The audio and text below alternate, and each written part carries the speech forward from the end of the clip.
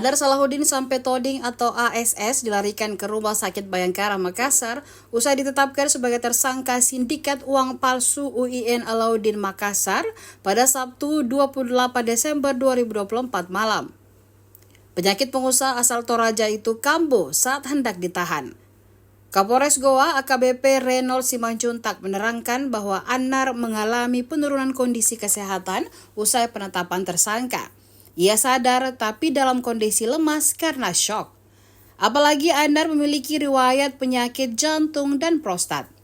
Mantan Kasat Reskrim Polrestabes Makassar ini menyebutkan akan melihat kondisi tersangka beberapa hari ke depan untuk tindak lanjut dari proses hukum yang diterima.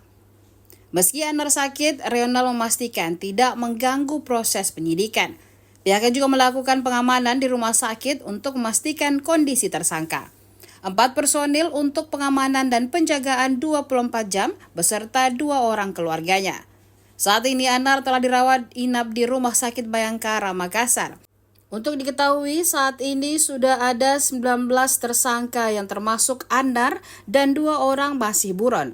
Peran Annar dalam kasus sindikat uang palsu ini akan disampaikan saat rilis Senin mendatang.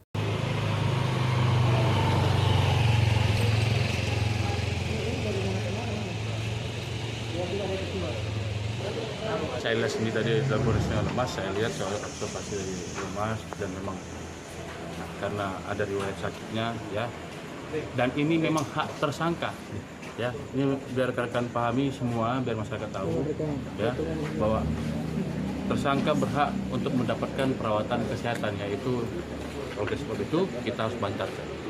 Apakah ini mengganggu proses penyelidikan? Tidak mengganggu. Jadi tidak statusnya ya, sama sekali tidak ada mengganggu, mungkin agak sedikit mundur saja untuk pemeriksaan.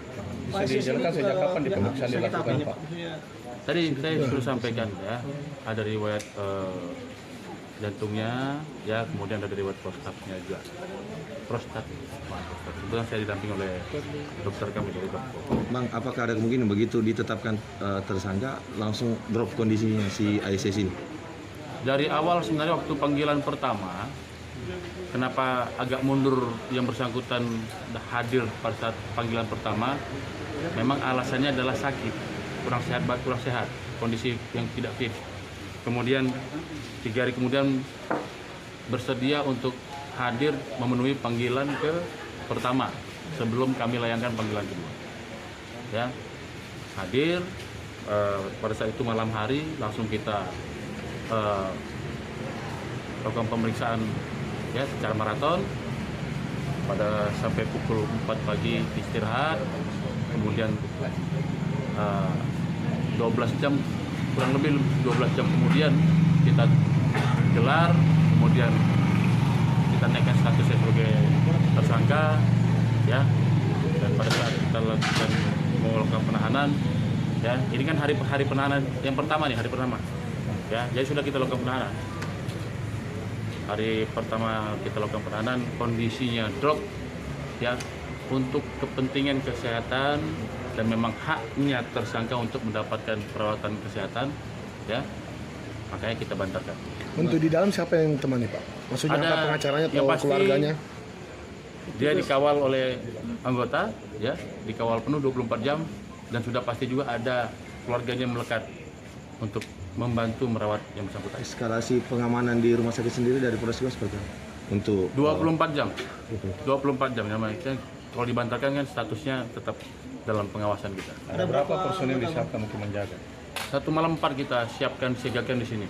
Ya, 4 personil dan 2 dari pihak keluarga yang ikut merawat yang bersangkutan. Kalau personil mengamankan, tapi kalau untuk masalah menjaga untuk merawatnya, yaitu dari keluarga dan pihak. Sudah ada batas waktu sampai kapan ini dirawat si Tergantung tersangka? dokter. Oh begitu. Ya, tergantung kondisinya.